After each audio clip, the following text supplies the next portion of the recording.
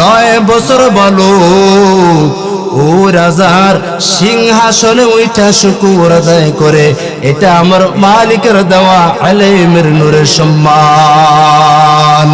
ইলমেরা ইজাজ করদান বেহিসাব, খলকেরা দান জওয়াবে বাসওয়াব, হক না দারদ দুস্তে খলকা জারেরা, নিস্তে خصلت کے دیندارا، قوتن کی نداری بدمکون، بر وجود خود سے تم بے حد مکون۔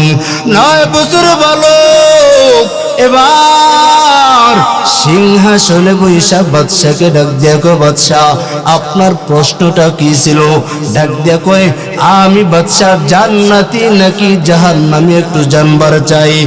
ও বাদশাহ, আমার একটা প্রশ্নের জবাব, আপনার সামনে এমন কোন মুহূর্ত আসছিল নি যে গুনাহ থাকা সত্ত্বেও গুনাহ করেন নাই? বাদশাহ হারুন আর রশিদ একটা আওয়াজ দিয়া ডাক দিয়া কয়, ও 9 বছর বালক, আমার সামনে একবার আসে নাই, আমার সামনে বহুবার আসার পর আমি গুনাহ করি নাই। 9 বছর বালক দেখ দেখো, বাদশাহ কেন গুনাহ করেন নাই? বলে আমার মালিকের বড় ভয়, আমার মালিকের বড় ভয় নিয়ে আগাইছি, এই জন্য গুনাহ করি নাই। গুনাহ থাকা সত্ত্বেও, আমার সামর্থ্য থাকা সত্ত্বেও গুনাহ করি নাই। এবার 9 বছরের বালক ডাক দিয়ে কয়, বাদশাহ আপনি জান্নাতি। 9 বছর বালক প্রশ্নের জবাব দিলেন, আর উলামায়ে কেরামের মাথা বড় গরম। 9 বছর বালক কেমন করে প্রশ্নের জবাব দিল? উলামায়ে কেরামরা একই আওয়াজ দিয়ে কয়, ও 9 বছর বালক, একটু জানবার চাই দলিল কি? বলে আপনারা কি রবের কালাম পড়েন নাই? ওয়া আম্মা মান খাফা মাকামা রাব্বিহি ওয়া নাহান নাফসা আনিল হাওয়া ফাইন্নাল জান্নাতা হিয়াল মাওয়া। বাদশা তো গুনাহ করে নাই, ওই দিনকে ভয় করার পর আমার আল্লাহকে ভয় নিয়ে আগাইছে। রব না বললেন যারা ওই দিনকে ভয় করবা, আল্লাহ তাআলা তাদের জন্য জান্নাত বালাখানা বানায় রাখছেন।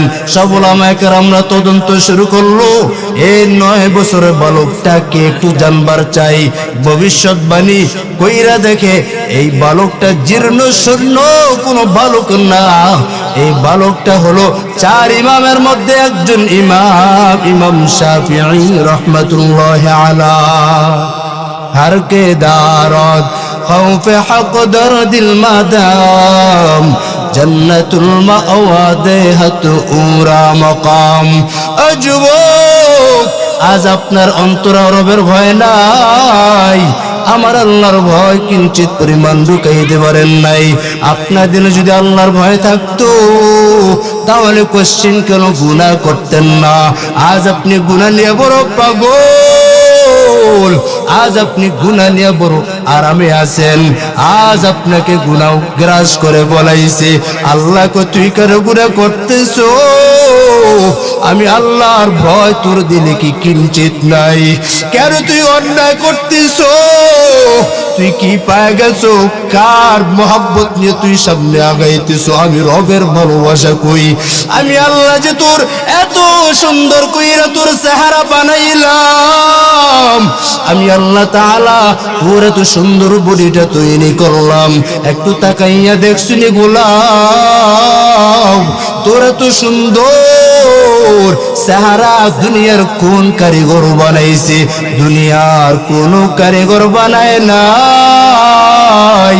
এটা আমি রবের দেওয়া তুর, আমি আল্লাহ তোকে হাদিয়া সুন্দর চেহারা তোকে বানায়া দিয়েছি। আজ তুই না ফরমানি করতেছো, এই হাত দিয়ে তুই বাহাদুরি করতেছো, পা দিয়ে তুই বাহাদুরি করতেছো। এই হাতটা যদি না থাকতো রে যুবক, তাহলে কেমন করে গুনাহ করতি, কেমন করে সামনে চলতি রে বাবা। তাকাইয়া দেখছিনি এই ঢাকার শহরে কত বৃদ্ধ বাবারা হাত নাই পা নাই, তার উপর গাড়ির মধ্যে এমন সিস্টেম বানায় রাখছে, চালাইতে পারে না, হাতে টিপ দিলে চলে গাড়ি, হাত নাই পা নাই, তার উপর কত কষ্ট করে চলতেছে। তুমি ওদেরকে জিজ্ঞাসা করিও, ও বাবারা আপনারা কেমন করে ঢাকার শহরে চলেন? ও ডাক দিয়ে বলবে আমার হাত নাই। আমি আপনাদেরকে কেমন করে আমি বুঝাইবো হাত থাকার কত যে আরামদায়ক শান্তি পাওয়া যায়।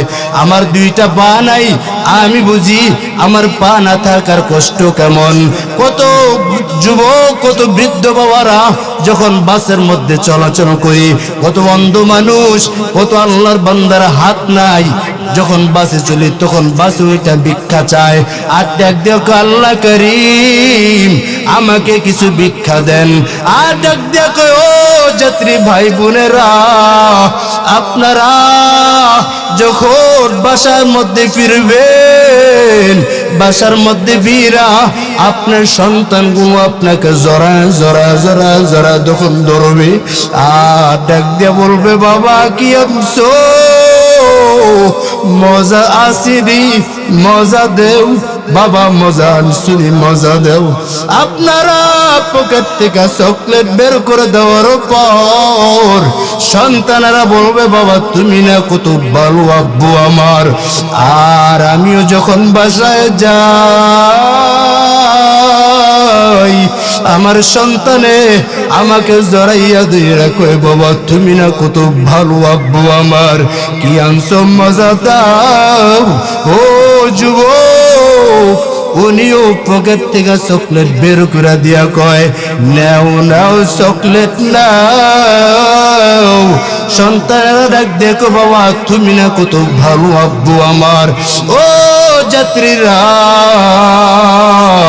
আপনারা দেখতেছেন, আপনিও আপনার সন্তানকে দেখেন, সন্তানও আপনাকে দেখে, কিন্তু কপালটা বড় আমার খারাপ। সন্তানেরা আমাকে দেখে, বরং আমি আমার নিজ সন্তানদেরকে আমি দেখতে পারি না, কারণ আমার সন্তানটা কেমন সুন্দর আমি দেখতে পারি না। ও যুবক, আল্লাহ এত সুন্দর একটা চক্ষু দান করছেন, আমার জন্য একটা রহমত, আমার জন্য একটা বরকত। আজ ওই আল্লাহকে আজ বুঝে একটু চিনবার পারি নাই। কই যাইতেছো না বুরবান, কার মহব্বতে ভরিয়া গেছো, কার দিল অন্তরে মহব্বত ঢুকাইয়া আজ আমার আল্লাহকে ভুইলা গেছো। ও না বুরমান, তোর মতন বড় নিষ্ঠুর কেউ নাই, কেমন করে রবকে ভুইলা গেছো। আল্লাহ কয় আমি আল্লাহ তাআলা তোকে বলবার পারি না, তুই আমাকে হাজার হাজার হাজার হাজার ভুইলা থাকতে পারো, কিন্তু আমি আল্লাহ তাআলা তোকে ভুইলা থাকতে পারি না। কারণ গোলাম, আমি আল্লাহ তাআলা তোকে বানাইছি আদর করিয়া মানুষ। এই আদর ওয়ালা গোলামরা আমাকে ভুইলা থাকবে, আমি আল্লাহ বরদাস্ত করতে পারি না।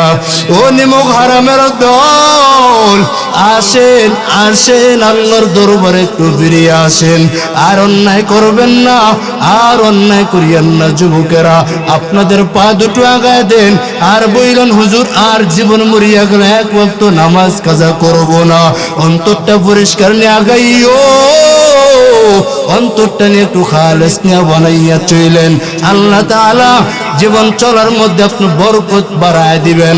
ও যুবকেরা, আজ আপনার থেকে নামাজটা হারায় গেছেন, মসজিদও দেখা যায় না, প্রতি জুমার দিন আপনাকে দেখা যায় মসজিদে, কিন্তু বাবা প্রতি সপ্তাহে একবার দেখা গেল, 5 বার দেখা যায় না। কারণ আল্লাহ তাআলা কয় তুই আমার ঘরে আসবি না, আমি আল্লাহ মনকে বোঝা নিতে পারি নাই। অথচ আমরা কোন নবীর উম্মত জানুনি? আল্লাহ কয় আমি আল্লাহ তাআলা এমন একজন পয়গম্বর দুনিয়াতে প্রেরণ করলাম যে রহমতের নবী আমার। আমি আল্লাহ তাআলা নবীর জন্য বড় আশিক। আজ ওই নবীর জন্য আমরা কি করলাম রে ভাই? যে নবী 2 রাকাত নামাজে সারাটা রাত্র কাটায় দিয়েছেন, আজ উম্মতের নামাজ কই?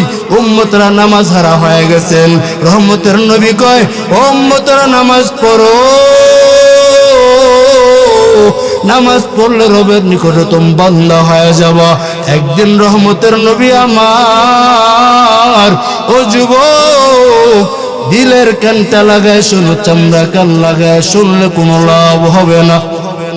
একদিন রহমতের নবী আমার এশার নামাজ আদায় কইরা হুজরা খানায় ঢুকলেন। আম্মা জান আয়েশাকে ডাক দিয়ে করে, আয়েশা একটু ছুটি দিবানি, একটু ছুটি দিবানি। আম্মা জান আয়েশা কই পয়গম্বর আপনি কি বললেন? আমি আপনাকে ছুটি দিব না, তাহলে আমি কাকে ছুটি দিব? কারণ নবী আমার আপনার সম্পর্কটা আমার বাবা আবু বকর বরং করায় নাই, বরং এটা আমার রবের পক্ষ থেকে হয়েছে। ও নবী আপনি ছুটি চাবেন, সেটা তো মনকে মানায় নিতে পারি নাই। ও নবী যান যান, আপনাকে ছুটি দিলাম। এবার রহমতের নবী আমার ছুটি পাওয়ার পর এবার রহমতের নবী ওযু বানাইলেন। ওযু বানাইয়া একটা যায় নামাজ নিয়া ঘরের একটা কিনারায় রহমতের নবী নামাজে দাঁড়ায় গেছেন। আম্মা জান আয়েশা এবার ভাবলো একটু খোঁজা দরকার রহমতের নবীকে। নবী ছুটি চাইলেন, ছুটি দিলাম, নবী কই গো? এবার একটু খোঁজা দরকার। আম্মা জান আয়েশা মদিনাওয়ালা নবীকে খুঁজবার লাগলেন, রহমতের নবীকে খুঁজবার লাগছেন। আম্মা জান চুপি চুপি খাট থেকে নামলেন, নাইমা আস্তে আস্তে ঘরের চারো কর্নারে একটু খুঁজবার লাগছেন, কই রহমতের নবী? এবার রহমতের নবীকে কোথাও পাওয়া যায় নাই। এবার মদিনাওয়ালা পয়গম্বর রহমতের নবী আমার এবার কান্না শুরু করলেন, বছরদের কান্না। আম্মা জান আয়েশা কয় গুনগুন করে কান্নার আওয়াজ কোথায় পাই? এবার একটা কর্নারে তাকাইয়া দেখে অপরিচিত কার তো কান্নার আওয়াজ পাই না। ইনি তো রহমতের নবী, রহমতের নবী আমার। কান্নার আওয়াজ মদিনাওয়ালা পয়গম্বর কানবার লাগছেন। আম্মা জান আয়েশা কয় আমি দেখবার লাগছি মদিনাওয়ালা নবী এমন জোরদারে কানবার লাগছেন, কান্না করতেছেন। সূরা ফাতিহা নিলেন। সূরা ফাতিহা নেওয়ার পর কোরআন শরীফের মধ্যে সবচাইতে বড় সূরা সূরা বাকারা। রহমতের নবী আমার সূরা বাকারা এক পর্যায়ে শেষ করলেন। আম্মা জান আয়েশা কয় মনে হয় আমি ভাবলাম মনে হয় রহমতের নবী এবার সম্ভবত রুকুতে যাবেন। আম্মা জান আয়েশা কয় না না ও দুনিয়ার উম্মতেরা, না না রহমতের নবী এবার রুকুতে যাওয়ার খবর নাই।